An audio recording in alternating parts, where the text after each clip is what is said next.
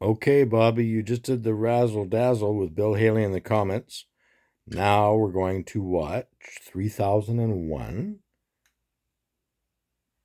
Okay. Yeah. You're funny.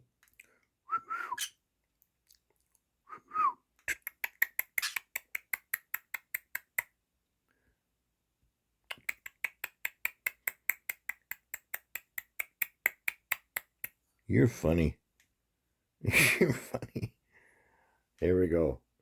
3001. The last chapter. Okay.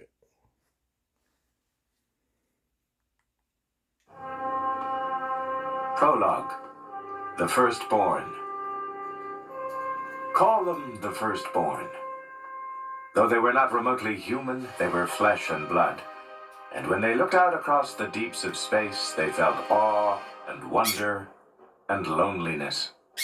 As soon as they possessed the power, they began to seek for fellowship among the stars.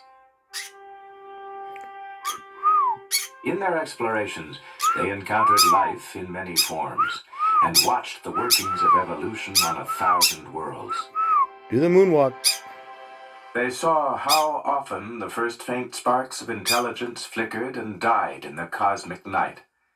And because, in all the galaxy, they had found nothing more precious than mind, they encouraged its dawning everywhere.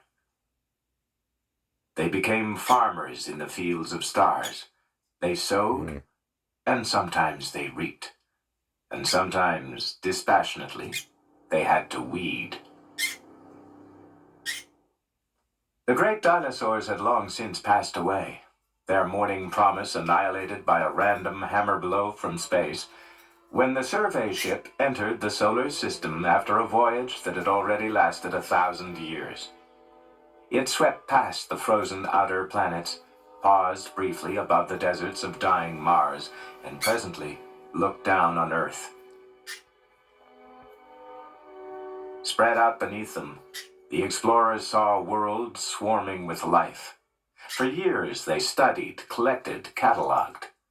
When they had learned all that they could, they began to modify.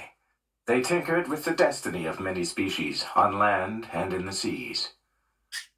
But which of their experiments would bear fruit, they could not know for at least 1,000,000 years.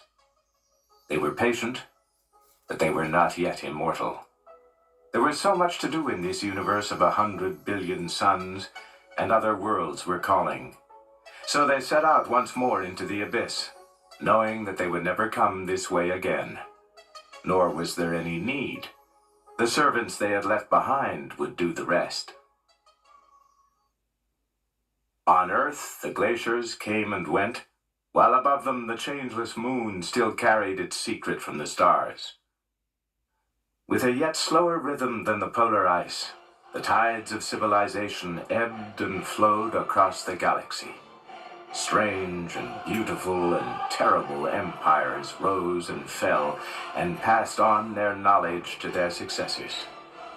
And now, out among the stars, evolution was driving towards new goals. The first explorers of Earth had long since come to the limits of flesh and blood. As soon as their machines were better than their bodies, it was time to move. First their brains and then their thoughts alone they transferred into shining new homes of metal and gemstone. In these they roamed the galaxy. They no longer What are you thinking built about? spaceships. They You're were funny. spaceships. But the age of the You're machine funny, entities Bobby. swiftly passed.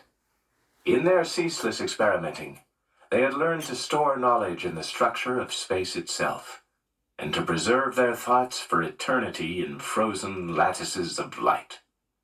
Into pure energy, therefore, they presently transformed themselves, and on 1,000 worlds, the empty shells they had discarded twitched for a while in a mindless dance of death, then crumbled into dust.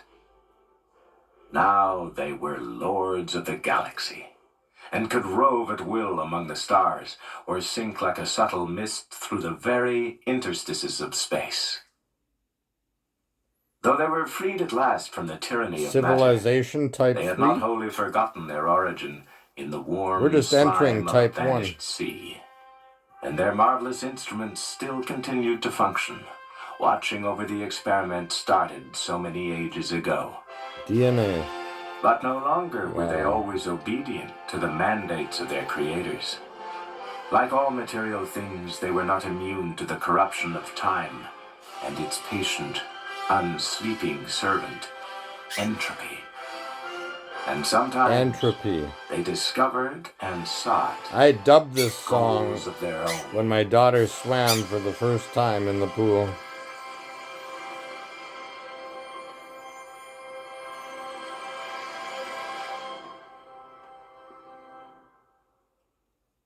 Are we still going to be around in 3001? I hope so.